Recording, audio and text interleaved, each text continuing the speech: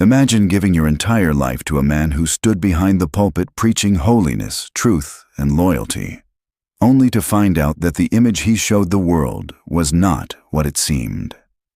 Pastor Gino Jennings had always been known as a man of strong words and even stronger beliefs. His voice filled churches, television screens, and social media feeds, commanding people to turn away from sin and follow a life of discipline. But you won't believe what was happening behind closed doors. While he spoke about purity and obedience to thousands, whisperers began spreading about the very foundation of his own home starting to fall apart. For more than 3 decades, Gino Jennings built a ministry that seemed unshakable. People respected him, feared him, and followed his teachings as if every word came straight from heaven. He was the type of preacher who didn't sugarcoat his message. He called out sin by name and didn't care who he offended.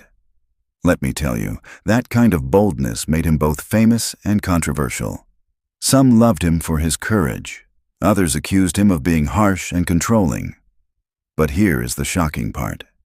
As his fame grew, so did the pressure.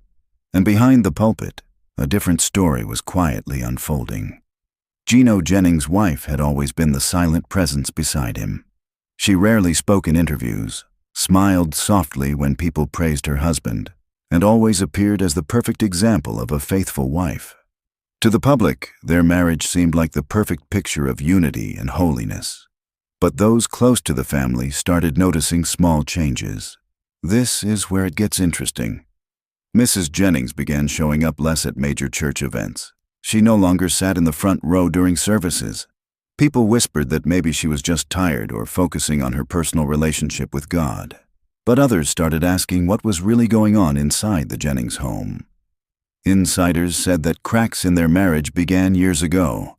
It started with small disagreements about church decisions, travel schedules, and how much time Gino spent away from home.